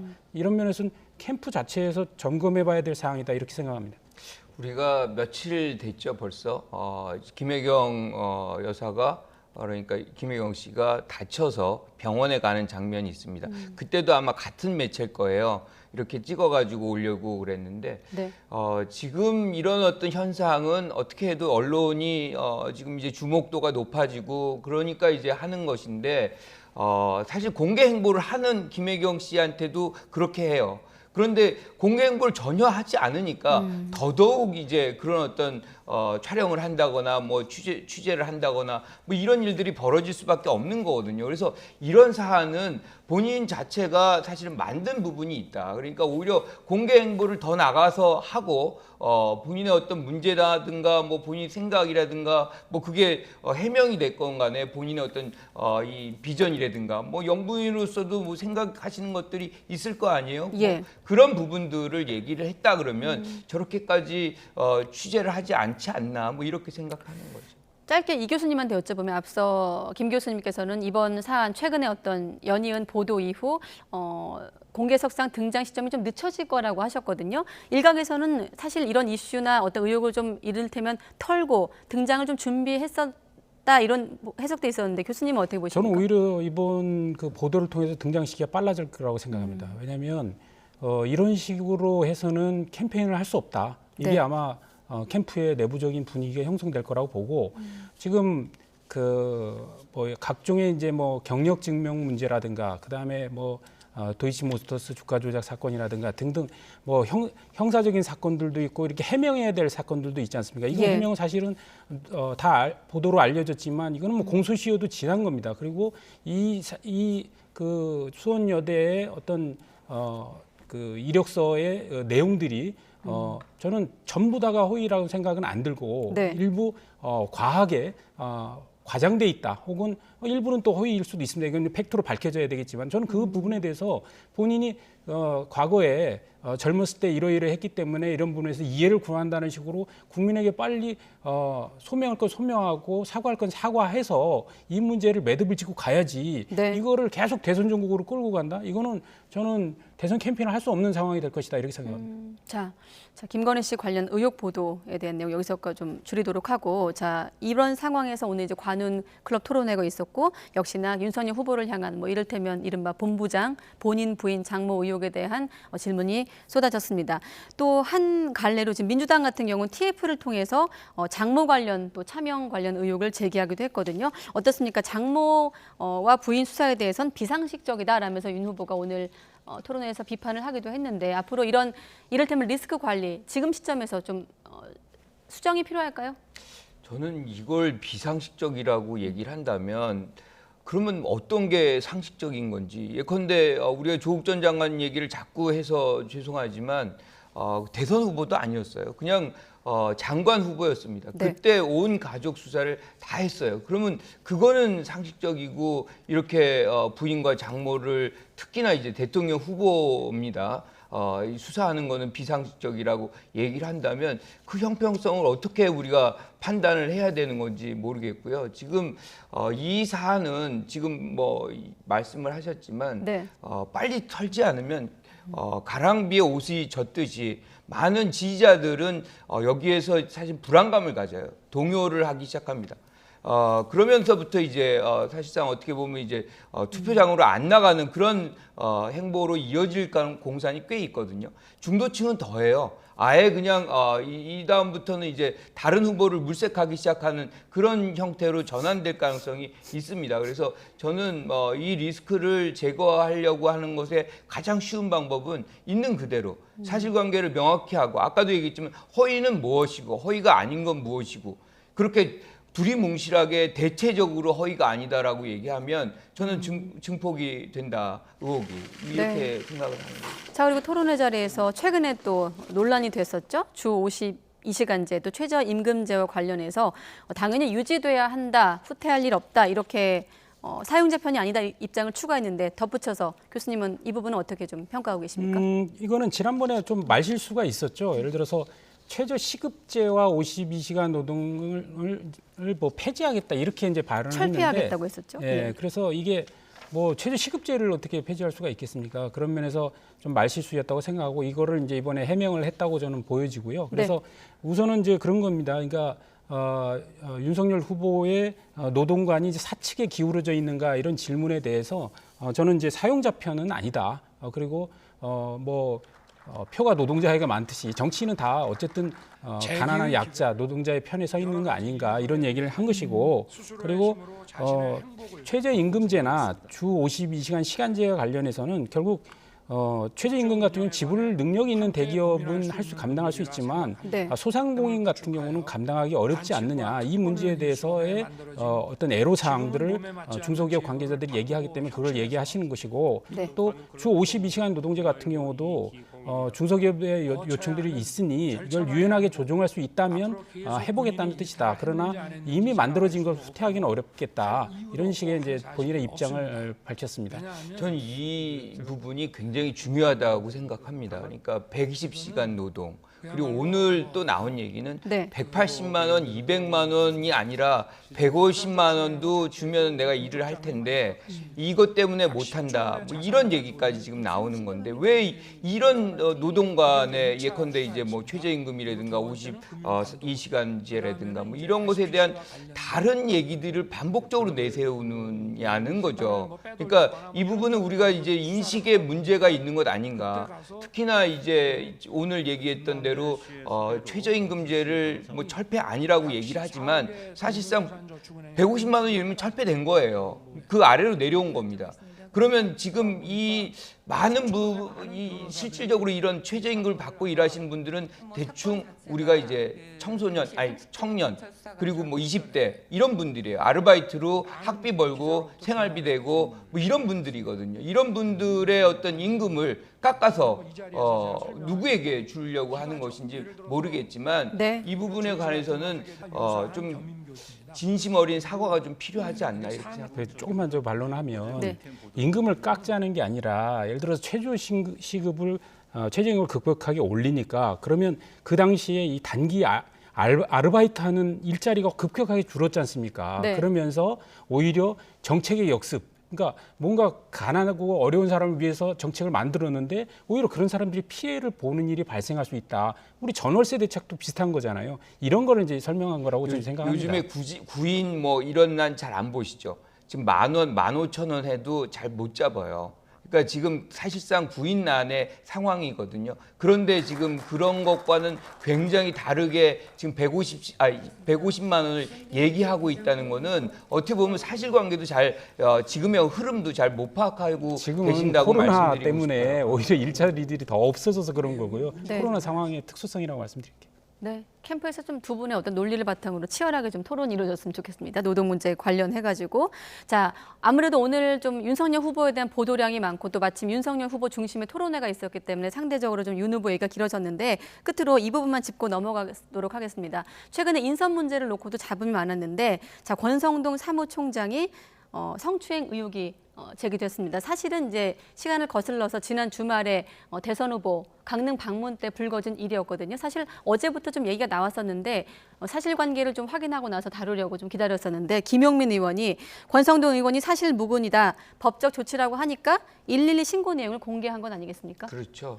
이거 굉장히 엄중한 얘기입니다. 그러니까 112 신고 내용이 없었다 그러면 또 아마 국민의힘에서는 다른 얘기를 했을 것 같아요. 그런데 지금 부부가 술을 이제 어느 주점에서 먹는데 거기에서 이제 신고가 된 거예요. 그래서 성희롱 발언을 했는데 그분이 이제 권성동 의원이다. 뭐 이렇게 해서 신고가 돼 있는 겁니다. 근데 완전히 반대되는 얘기를 지금 권성동 의원이 하고 있어요. 그래서 네. 이 부분은 이제 다퉈야 되겠지만 어쨌든 신고 내용은 그렇게 돼 있습니다. 근데 가장 중요한 거는 만약에 그런 일이 없었다라고 한다면 권성동 의원 주장대로 그럼 12명의 경찰이 왜 출동을 하나요? 그 밤중에. 그러니까 이 부분은 어떻게 해도 지금 해석을 못하고 있거든요. 해명을 못하고 있어요, 지금. 권성동 의원 자체도. 네. 12명이라면 엄청나게 많은 인원이 지금 출동이 된 거거든요. 그러면 그 부분이 설명이 안 된다 그러면 지금 신고 내역이 사실이라고 얘기할 수밖에 없는 겁니다. 네. 그래서 이거 굉장히 엄중한 거고 이게 성희롱과 관련된 거고 또 방역 기준의 어떤 문제점과도 관계된 것이고요.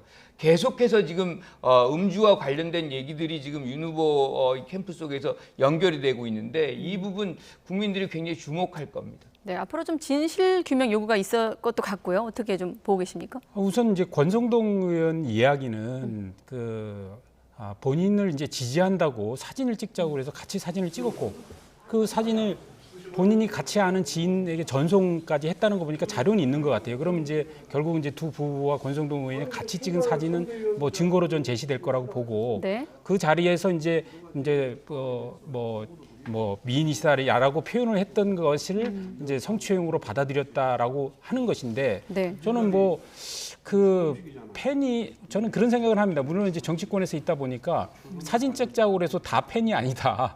그래서 오히려 오히려 권성동 의원이 실수를 그 유발시킬 수도 있었다 이런 생각이 들고 아니 저 표현을 적정하지 않습니다. 그러니까 뭐 제 표현은 권성동 의원이 그 자리에서 오히려 마음을 놓아버리고 이렇게 했지 않았느냐 이런 생각을 하는데 저 아니 이건 뭐 팩트 관계가 밝혀지지 않았기 때문에 저는 조금 추가적으로 왜냐하면 또 12명의 경찰이 출동을 했다는데 사실 뭐 이게 뭐 폭력 뭐 사건도 아니고 무슨 난동이 있었던 것도 아닌데 12명의 경찰이 출동했다는 것도 사실은 좀 상식적으로 납득하기는 어렵거든요. 그래서 이 부분은 어차피 뭐 두 부부의 어떤 그 해명이 있을 것이고 이야기가 있을 것이고 권성동 의원의 소명이 있을 것이고 당시에 뭐 주변 관계자들이 있을 테니까 추가적으로 밝혀질 일이 아닌가 이렇게 생각합니다. 네, 알겠습니다. 자, 민주당 얘기로 넘어가도록 하겠습니다. 자, 이재명 대선 후보가 꺼낸 양도세 완화 공약을 이르면 이달 중에 입법화하겠다면서 이제 민주당이 공식 논의를 띄웠거든요. 이 후보 얘기를 먼저 들어보도록 하겠습니다.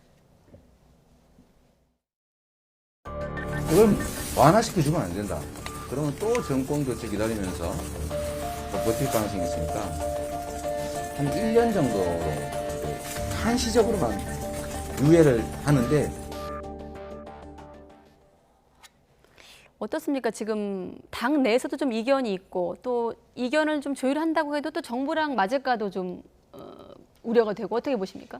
이거는 조금 저는 이 후보의 어떤 접근이 적절하다라고 생각을 해요. 네. 왜냐하면 지금 어떻게 보면 이제 정권 초기에 임대업자를 이렇게 장려하는 측면이 있었거든요. 이렇게 해서 다주택자들이 양산이 됐어요. 그런데 갑작스럽게 이제 양도세를 올라가게 되고 그분들이 매도할 수 있는 그런 기회를 좀 잃었거든요. 그러니까 네. 지금 또 일부 이견을 보이시는 분들은 그런 기간을 줬었다. 근데 그때 매각을 안 했다, 매도를 안 했다, 뭐 이렇게 주장을 하면서 윤호중 원내대표가 대표적으로 그렇죠. 이번에도 그런 이렇게 예. 해도 매도 안 할 가능성이 있다라고 얘기를 하는데 요번은 좀 다르다고 생각을 해요. 저는 왜 그러냐면 지금 요번에 실질적인 어떤 세금을 받아봤거든요. 네. 굉장히 이게 지속 가능성이 없다는 것에 대한 이해도가 확산이 돼 있어요. 그래서 요번에는 실질적으로 이제 양도소득세를 좀 낮춘다 그러면 많은 이 물량이 나올 공산이 있고 그렇게 되면 공급이 어느 정도 이제 풀려지면서 사실상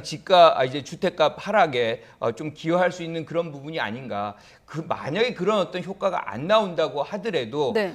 이 정부 차원에서 만들어놨던 어떤 문제점을 해결하려고 하는 그런 노력의 일환으로서 이런 것까지도 한다는 것을 노력의 일환으로 봐준다 그러면 저는 충분히 할 수 있는 그런 시도다 이렇게 생각을 합니다. 사실 당정이 엇박자를 낼 때 가장 큰 우려하는 목소리가 정부 정책의 일관성, 신뢰도가 좀 무너지는 데 대한 우려 아니겠습니까? 아마 그 부분을 민주당도 고민하고 있을 테고요.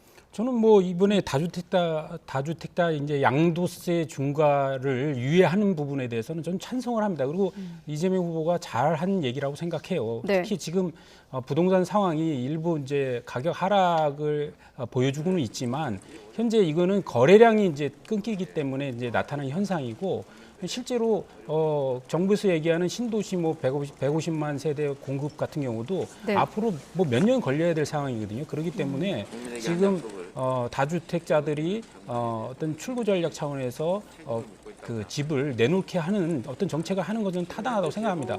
다만 지금 이제 지적하고 싶은 것은 이제 민주당과 이재명 후보는 항상 이 어떤 다주택자들에 대해서 굉장히 그 투자 그다음에 투기 세력이라고 이제 이야기를 해왔고 그에 따라서 징벌적인 세금을 강하게 매겨야 된다고 주장을 해왔었는데 네. 갑자기 이제 대선을 이제 한 90일 놔두고 이렇게 이제 양도세 같은 경우도 이제 유예한다고 하는 이제 법안을 만든다고 하니까 이 부분에 과연 진정성을 믿을 수 있는 것인지 이 부분에 대해서 이제 국민들이 이제 따가운 시선으로 지켜보고 있다고 생각합니다. 네, 선거를 앞둔 시점에서 내놓은 다주택자 양도세 한시 유예 방안에 대한 이제 두 분의 평가를 듣고 있는데 사실 이 부분은 또 지금 현 정부와 차별화를 좀 두고 있다라고 해석할 수도 있고 또 맞물려서 지금 코로나19가 악화 일로를 걸으면서 이재명 후보가 즉각 거리두기를 강화하자 긴급 성명을 발표하기도 했거든요. 일상 회복 멈춤이 필요하다. 이 부분을 또 문재인 정부 어떤 차별화 메시지로 보기도 하고, 물론 이제 재난 어떤 전국을 정치적으로 해석하는 건 좀 다를 수 있습니다만 어떻게 보십니까? 저는 차별화라고 생각을 안 해요. 어느 정부든 잘못된, 그러니까 성과가 안 좋은 영역이 있거든요. 그 부분을 뭔가 해결하고자 하는 문제 해결적 접근인 것이지, 이거를 정치적으로 차별화하고 밟고 가고 뭐 이런 과거에 했던 어떤 정치 공학적인 접근이 아니거든요. 네. 지금 누구라도, 지금 뭐 문 대통령도 시인하는 부분이거든요. 이 부동산에 문제가 있다는 것. 이 부분의 어떤 개선의 노력의 차원에서 이제 새로운 어떤 길들을 모색하는 것이지, 이것이 현 정부가 모든 걸 잘못했고 우리는 다른 길을 간다, 이렇게 얘기하는 게 아니거든요. 그리고 지금 뭐 코로나 접근에 관련해서도 우리가 이제 뭐 백신 80% 정도 되면 중증 환자 그렇게 많이 안 나온다고 얘기가 있었거든요. 네. 그러니까 사실은 뭐 위드 코로나를 한 것인데 그 예상과는 좀 다르게 지금 중증 환자도 만들어지고 있잖아요. 그러니까 지금 이재명 후보로서는 어떻게 하든 이제 국민들의 어떤 건강, 뭐 이 생명, 이게 중요하니까 거리두기 강화하고, 그 상황 속에서 이제 뭔가 손실이 보이는 또 이제 분들이 나타날 수밖에 없잖아요. 소상공인이나 자영업자. 그러니까 그 부분은 빨리 우리가 이제 뭐 추경을 해서건 뭐 어떻게 해서건 보상, 손실 보상을 하는 것을 얘기를 하고 있는 것이고, 마침 그 부분은 뭐 윤 후보도 그 얘기를 하고 있으니까 네. 여야가 빨리 이제 머리를 맞대고 이 부분은 협상을 빨리 들어가서 범위 뭐 이런 것 등등을 조속하게 하는 것이 이 피해를 보는 분들에 대한 도리겠죠. 네, 말씀하셨는데 김 교수님이 손실보상 추경안 놓고 좀 민주당이 혼란만 키우고 있다라는 비판의 소리도 있거든요. 포함해서 어떻게 좀 전망하십니까?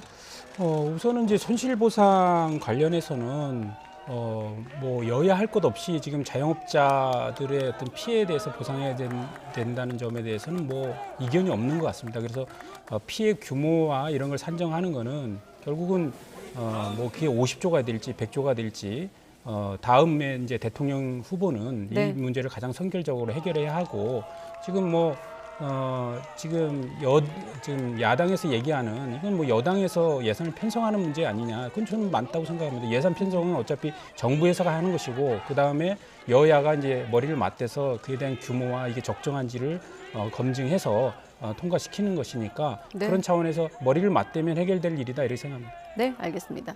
자, 오늘 대담 내용 중에 김건희 씨 이제 관련 보도가 쏟아지고 나서 김건희 씨가 공개 석상에 등장할 가능성에 대해서 두 분의 생각이 엇갈렸는데, 추후 이제 YTN 또 후속 보도, 그리고 앞으로 또 김건희 씨의 대응까지 함께 추이를 지켜보도록 하겠습니다.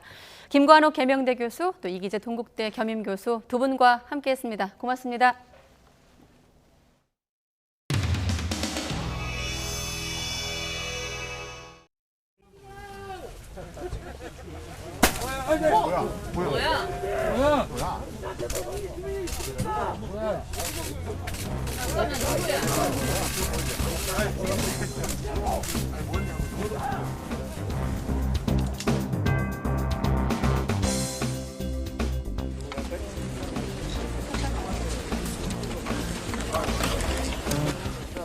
오늘 홍대에서 사드 관련해서 좀 안 좋은 일도 겪으셨는데, 결국 이 문제는 대미 대중 외교 사이의 우선순위 문제라고 봅니다.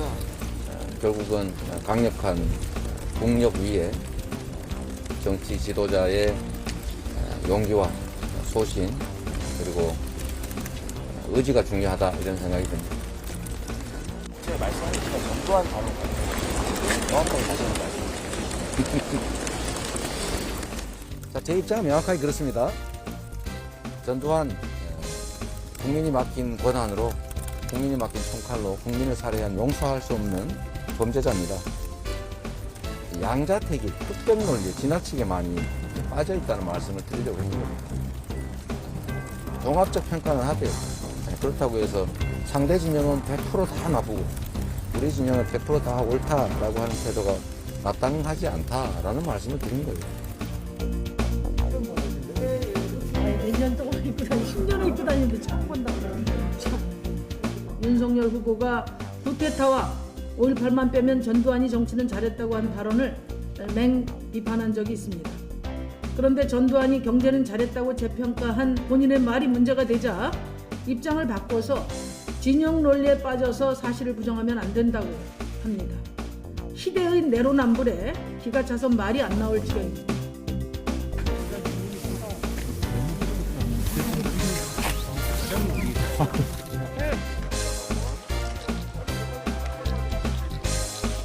눈 오고 이게 이러면 너무 많이 재건축도 한 수백 년 전에 했는데 중개축도 못하고 살아요. 제가 대선에서 승리해가지고 하여튼 우리 오 시장님 팍팍 밀어드릴게요. 파이팅 하세요? 네네.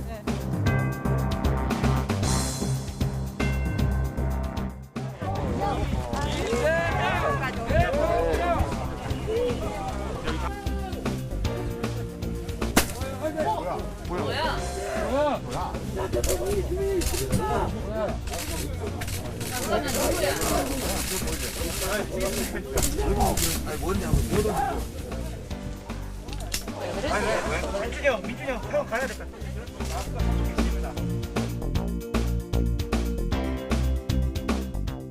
워낙에 박근혜를 사랑하시는 분들 많아가지고.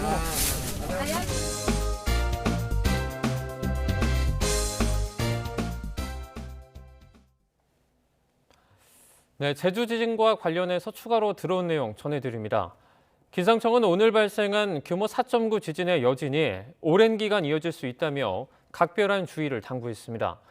기상청은 규모 4.9 정도의 지진이 발생한 이후에는 여진이 수개월에서 1년 정도 상당히 오랜 기간 이어질 수 있어 지속적인 감시와 대응이 필요하다고 밝혔습니다. 다음 소식입니다. 호주를 국빈 방문하고 있는 문재인 대통령이 호주 경제인들과 만나 핵심 광물 공급망 안정을 위한 협력을 논의했습니다. 최근 요소수 사태에서 보듯 안정적인 공급망 확보가 경제 회복에 중요하다고 보고 경제 외교에 힘을 쏟았습니다. 시드니 현지에서 홍성기 기자가 보도합니다. 수도 캔버라에서 정상회담 일정을 마친 문 대통령은 호주 최대 경제도시 시드니로 이동해 호주 경제인들과 만났습니다. 간담회에 참석한 호주 경제인들은 주로 핵심 광물 자원 관련 회사의 기업인들입니다. 문 대통령은 한국과 호주가 핵심 광물 거래에 있어서 서로에게 매우 중요한 나라임을 역설했습니다. 호주에게 한국은 세 번째로 큰 광물 수출 시장이며 한국은 호주로부터 전체 광물 수입의 절반 가까이를 공급받습니다.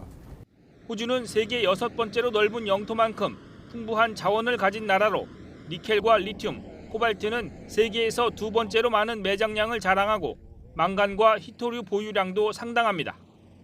특히 이 같은 핵심 광물은 우리 기업들이 기술력을 자랑하는 전기차와 2차 전지 등 미래 전략 산업의 필수 재료들입니다. 문 대통령은 호주로부터의 핵심 광물 공급망 안정화가 한국뿐 아니라 호주 경제에도 기여하는 점이라는 것을 강조했습니다. 두 나라가 신뢰를 갖고 굳게 손을 잡는다면 글로벌 공급망 안정과 탄소 중립을 앞당기는데 크게 기여하게 될 것입니다. 주요 선진국 중 가장 빠른 회복세를 보이고 있는 양국 경제도 더 힘차게 도약할 것이라 확신합니다. 호주 경제인들도 양국 경제 협력이 가져올 시너지 효과에 대한 기대를 나타내며 적극 호응했습니다. And to realise that opportunity, I agree entirely with you, Mr. President. Greater and more sustained effort is required, and we look to that flowing from today, your visit in this last 3 days.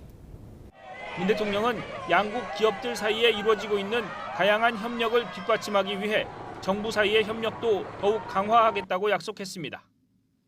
경제 외교 일정까지 마친 문 대통령은 3박 4일 동안의 호주 국빈 방문 일정을 모두 마무리하고 귀국길에 오를 예정입니다. 시드니에서 YTN 홍선기입니다. 우리 정부가 포괄적 점진적 환태평양 경제동반자 협정에 가입 추진을 밝힌 뒤 일본 정부의 첫 반응은 냉랭했습니다.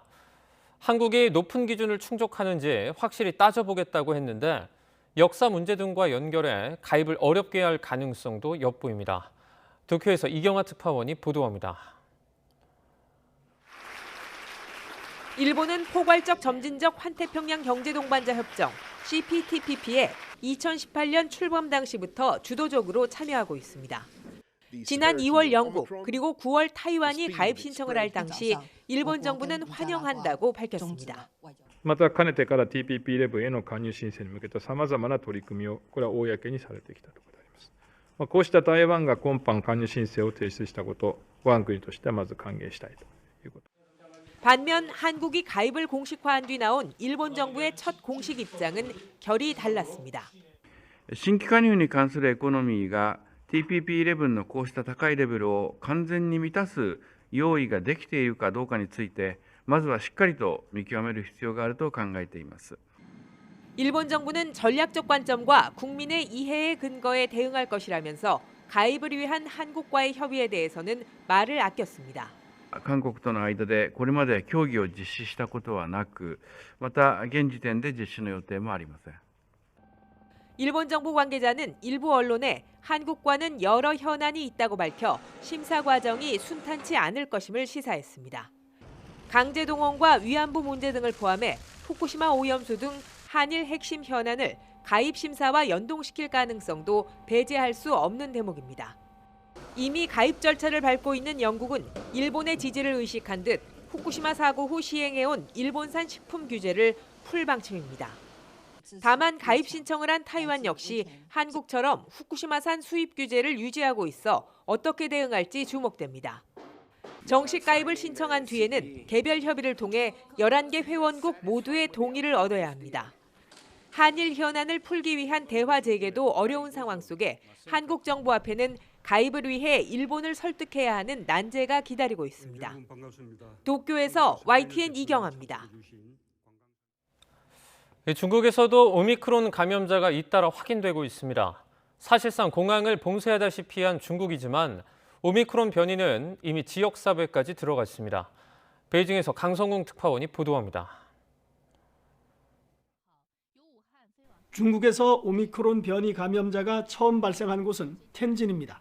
폴란드 국적의 이 감염자는 지난 9일 유럽의 폴란드 바르샤바에서 비행기를 타고 텐진에 왔습니다. 입국 당시에는 증상이 없다가 격리 기간 중 핵산 검사에서 오미크론 감염이 확인됐습니다. 经过我们定点医院的确诊呢，他是一名无症状的感染者。现在在我们定点医院在进行隔离。 중국의 두 번째 오미크론 변이 감염자는 자택, 즉 지역사회에서 발견됐습니다. 보름 전쯤 외국에서 돌아와 격리를 마치고 광저우에 집에 도착한 뒤 감염이 확인된 겁니다. 밀접 접촉자 가운데 오미크론 변이 감염자가 추가로 나올 가능성도 있습니다. 오미크론의 유입이 시작된 상황에서 중국에서는 기존 델타 변이 감염자도 늘어나고 있습니다. 제조업 중심지 저장성은 누적 감염자가 200명이 넘으면서 주민 7만여 명의 외출이 금지됐습니다. 중국 당국은 감염자를 미리 찾아내 격리를 하기 위해 곳곳에 임시 검사소를 설치하기 시작했습니다. 提高我们这个队员之间的配合的熟练度，为下一步更大规模核酸检测做好充分的准备。 닝보와 샤오싱 등 저장성 일부 지역은 감염 확산을 막기 위해 공장 가동을 멈추도록 했습니다. 섬유 염료와 플라스틱 제조업 등 비필수 업종의 상장사 20여 곳의 가동도 중단됐습니다. 방역 조치 강화로 무역항의 운영에도 차질이 빚어지고 있어 수출입 물류에도 비상이 걸렸습니다. 베이징 올림픽 때문에 가뜩이나 방역 강도가 높아진 가운데 오미크론 변이까지 확인되면서 중국에서는 다른 지역으로의 이동 자체가 점점 어려워지고 있습니다. 베이징에서 YTN 강성웅입니다. 50대 여성을 살해하고 시신을 유기하는 걸 도운 공범까지 살해한 52살 권재찬이 오늘 오전 검찰에 넘겨졌습니다. 호송되기 전에 기자들이 이런저런 질문을 쏟아냈지만 권 씨는 피해자들에게 죄송하다고만 언급하고는 말을 아꼈습니다. 직접 들어보시죠. 피해자분들과 어떤 관계셨습니까? 혹시 원한이나 갈등이 있으셨습니까? 계획범행 아닙니까? 마지막으로 피해자분들께 사죄의 마음 없으신지 알고 싶습니다. 죄송합니다. 신상 공개됐는데 마스크 한번 벗어주세요. 마스크 한번 벗어주시겠어요? 혹시 수차례 살인 저지르셨는데 거기에 대한 죄책감 느끼지 않으셨습니까? 피해 여성 왜 살해한 겁니까? 금품 노린 거 맞으세요? 헤어진 여자친구의 집에 찾아가 가족을 살해한 피의자의 신상이 공개됐습니다. 이름은 이석준, 만 25세 남성입니다. 신상정보 공개심의위는 비슷한 범행을 예방하는 효과와 2차 피해 우려 등 공공의 이익을 고려해 공개를 결정했다고 밝혔습니다. 엄윤주 기자입니다. 헤어진 여자친구 집에 찾아가 가족을 살해한 혐의를 받는 피해자의 신상이 공개됐습니다. 이름은 이석준, 만 25세 남성입니다. 심의위는 이번 사건이 사전에 흉기를 준비해 주거지로 찾아가 한 명은 살해, 한 명은 중태에 빠지게 하는 등 중대한 피해가 발생했고 피해자가 범행 일체를 시인하고 있는 데다 현장 감식 결과와 CCTV 영상 등 충분한 증거가 확보됐다고 공개 사유를 설명했습니다. 또 유사 범행에 대한 예방 효과와 2차 피해 우려 등 공공의 이익을 종합적으로 고려했다고 덧붙였습니다. 경찰은 이석준에 대해 보복살인 혐의를 적용할지도 검토하고 있습니다. 앞서 범행 나흘 전 피해자 A씨 아버지는 A씨가 감금된 것 같다고 경찰에 신고했지만 경찰은 A씨와 이석준의 진술이 상반된다는 등의 이유로 이석준을 집으로 돌려보냈습니다. 이석준은 경찰 조사에서 이른바 흥신소에서 A씨의 정확한 집 주소를 파악했다고 진술했습니다. 또 범행에 사용한 흉기 외에 다른 범행 도구도 추가로 구입해 들고 간 것으로 드러났습니다. 이를 토대로 경찰은 이석준이 처음부터 A씨와 가족이 자신을 신고한 것에 앙심을 품고 범행한 것으로 무게를 두고 있습니다. 경찰은 범행 동기와 피해 가족의 집 주소를 알게 된 경위 등을 추가 조사한 뒤 이석준을 이번 주 안에 검찰에 송치할 계획입니다. YTN 엄윤주입니다.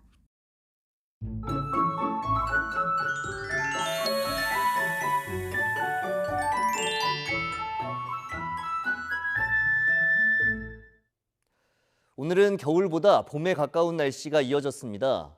종일 3월 초순 정도의 날씨를 보였는데 내일은 서울 아침 기온이 6도로 오늘보다 6도가량 높아지며 아침에도 큰 추위 없겠고 한낮에는 11도까지 오르는 등 오늘보다 3도가량 높아 비교적 온화하겠습니다. 다만 중서부와 제주도에는 낮까지 5mm 안팎의 비가 조금 오겠고 강원 산간에는 1에서 5cm의 눈이 내리겠습니다. 일부 남부 내륙에도 한때 빗방울이 떨어지거나 눈이 날리겠습니다. 이에 따라 내린 비와 눈이 얼어 도로에 살얼음이 생길 수 있는 만큼 교통 안전에 유의해 주시기 바랍니다. 또 비가 그친 뒤 중부와 전북, 경북을 중심으로 공기가 탁해지겠습니다. 내일 아침 기온 오늘보다 2도에서 8도가량 높겠습니다. 서울 6도, 대전 4도, 광주 2도, 부산 6도로 예상됩니다. 낮 기온도 오늘보다 3, 4도가량 높겠습니다. 서울 11도, 대전 12도, 광주 14도, 부산 15도로 예상됩니다. 목요일에는 남부지방에 비가 오겠고 이후 점점 기온이 떨어지면서 주말에는 올겨울 가장 추운 날씨가 찾아오겠습니다. 또 추위 속에 서해안을 중심으로 많은 눈이 내릴 전망입니다. 날씨 정보였습니다. 네, 앞서 지진 전문가는 오늘 밤도 예의주시하라는 당부를 했는데요. 기상정보 참고해야겠습니다. 이상으로 뉴스나이트 마치겠습니다. 함께해 주신 여러분 고맙습니다.